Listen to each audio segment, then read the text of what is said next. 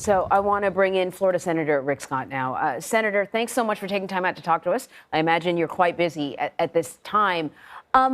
What are you doing, and what's happening in order to prepare people in Florida for this hit? Well, I've been talking every day to the National Weather Service, National Hurricane Center, talking to sheriffs, spoke to FEMA, some sheriffs this morning, just making sure that whatever resources that we can provide at the federal level, or any relationships I had because I was governor and went through 4 hurricanes, I make myself available to make sure we can help everybody. My biggest concern is people are smart and stay safe. This is the time you now have to hunker down. And once this passes, you've got to make sure you're careful after that. We're going to have a lot of tree damage. We're going to have power outages. We're going to have electric lines down. So you've got to be really careful. And during the storm, as Sheriff Chronister said, first responders can't come out and save you because they shouldn't be putting their lives at risk because of your decision. So I'm hoping everybody is heeding the calls to be safe, and I'll do everything I can to help as we go through this. Senator, as you know, President Biden has approved an emergency declaration for Florida as this hurricane bears down on the state. Governor Ron DeSantis actually lauded President Biden for his efforts. Are you satisfied that the federal government, the Biden administration, is doing everything to prepare the people of Florida for this hurricane? Absolutely. The first person actually to be responsible for your safety is you. You've got to take care of yourself. You've got to listen to local weather. You've got to make sure you make the right decisions. But at the local level, state level, and federal level, there's a great team of responders. FEMA does a great job. I talked to Gracia Check, who runs the Southeast for FEMA this morning, and I talked to Administrator Criswell yesterday. FEMA's ready to provide support, but the first group to provide support is you. If you're sheltering in place, make sure you have food and water and medicine, all these things. Make sure you're just in a safe place, and then afterwards, be careful. If you're going to have a generator, know how it works. If you're going to use power tools, know how they work. Don't get around down power lines. Don't drive into standing water. We're going to see a lot of rain. As you know, like you said, we're going to see a lot of storm surge. So now it's time to be cautious and be cautious afterwards. Often we lose people afterwards when trees fall, things like that. So you have got to be careful after this storm passes. So I pray that we don't lose anybody during the storm. I always tell everybody, look, you can rebuild that house. You just can't rebuild your life. So take care of yourself, your loved ones, and don't put first responders in harm's way. Right. Senator, obviously, the American people are always able and capable of doing things to prepare themselves in the wake of something like this. But the approval by the Biden administration that directs federal assistance to supplement Florida's storm response, which, as you know, authorizes FEMA, the Department of Homeland Security. I just want you on the record if you agree with the move by the Biden administration and you support it. Oh, absolutely. Yeah. I'm very appreciative. Senator Rubio and I asked for a pre-landfall declaration. President Biden did that. I've been talking to FEMA almost every day. They're clearly doing everything they can to be ready, but also talking to the state and local.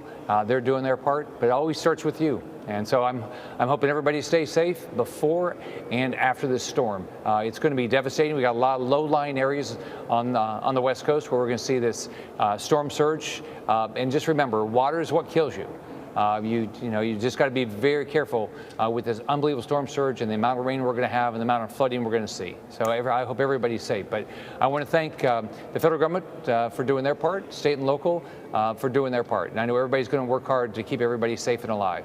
Senator, meeting the current needs, obviously very, very important. But many experts say that we're going to see more and more of these hurricanes, very strong hurricanes, Cat 4, Cat 5.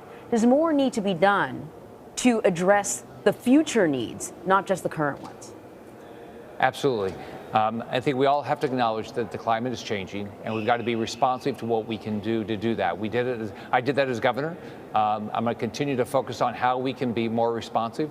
We clearly have some low-lying areas in my state and around the country. We've got to figure out how to deal with those things as we see sea level rise and things like that. So I'm going to continue to work on it. I know many other people are working on it. This is a significant issue this country's got to deal with, and I'm going to try to be part of a solution. Senator, let me ask you about something that President Biden said as we just switch gears for just a moment to talk about what is happening in Washington, D.C. There was a news conference yesterday on health care, and the president had something to say about your 12-point plan. He says it would put Social Security on the chopping block every 5 years. I just want to play a bit of what the president had to say and just get your response. There's a pamphlet, 12-point plan to rescue America by Senator Scott of Florida, okay? I won't read through all of it, but it says, all federal legislation sunsets in 5 years. If it is worth keeping, Congress can pass it again. Translated, if you don't vote to keep it, you don't get it. Now, what do you think they're going to do when the House Budget Committee started talking about the cost of Medicare and Social Security and why we can't afford it? Your response, sir? Well, first off, he's completely lying. I've been very clear. I will do everything I can to make sure every Medicare, every Social Security benefit, it continues. Now, here's what's fun about this. I mean, President Biden just signed a bill that cut $280 billion out of Medicare. $280 billion. We're going to lose life-saving drugs because of what Joe Biden just did and the Democrats passed by themselves. On top of that, when Joe Biden was in the Senate, he proposed cutting Medicare and Social Security. I will do everything I can to preserve them, but here's what I also said in my plan. We have got to start telling the public how we're going to save Medicare and Social Security. Right now, what the Democrats want to do, don't have any votes on it, don't have any discussion, just watch both those programs go bankrupt and let somebody else deal with it down the road. I want to make sure those programs last now. President Biden is a complete liar about that issue, and he's been part of the problem. He does not care about making sure these programs last, and I do. So then let me ask you, if the Republican Party ends up taking the Senate after the midterms, can we expect a reversal on some of this stuff? Well, absolutely. We're not, I mean, Republicans are not going to do what the Democrats just did in Joe Biden. We're not going to cut $280 billion out of Medicare. And we're not going to stop life-saving drugs, which is what the Democrats just do. What we're going to do is we're going to make sure our Medicare program and our Social Security program are preserved. And I'm going to fight to do that. And I'm also going to fight to make sure we stop Joe Biden's unbelievable inflation that's hurting families like mine. I grew up in a poor family. I watched my mom struggle with inflation. What Joe Biden has done is caused massive inflation for the poor families in this country and people on fixed income that now are having to go back and get additional jobs just to be able to make ends meet, going to food banks that they've never been to before just to make ends meet. So, no, when we win in November, we're going to fix this budget. We're going to make sure we preserve these programs. So how confident are you, sir, that the Republicans will take the majority in the United States Senate? We're going to be 52 plus. We're going to win 52 seats, and I think we have a shot at winning as many as 56 seats. The Joe Biden agenda is really unpopular. It's inflation, the open border, the increasing crime, critical race our children being taught critical race theory, telling parents they shouldn't be involved in school. This is not what the American public has. Joe Biden is under 40% in approval in almost every swing state in this country, and the Democrat candidates are running away from Joe Biden. They do not want to be seen with him because they know he's toxic. But, sir, let me ask you, you're running out of money to help fund some of these races in some of those key battleground states in Pennsylvania, Wisconsin, for example. Why is that?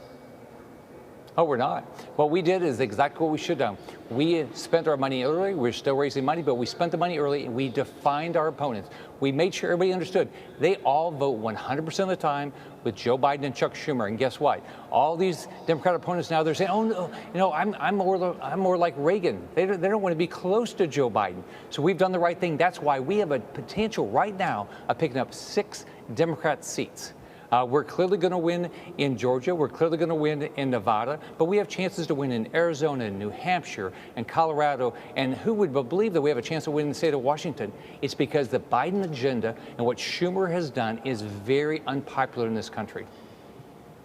So Senator Rick Scott, before we do let you go, we'll return to the hurricane because we know you are concerned about your fellow Floridians. Sort of a last message that you want to give them before we let you go back to work. Yeah, my prayers are with everybody. Stay safe. I know we've got great teams all around the state, and I know the federal government is going to do their part. So we're going to do everything we can to take care of you. But you've got to be you got to take care of yourself first. So my heart goes out to everybody what they're going through right now. All right, Senator Rick Scott, thank you very much, sir.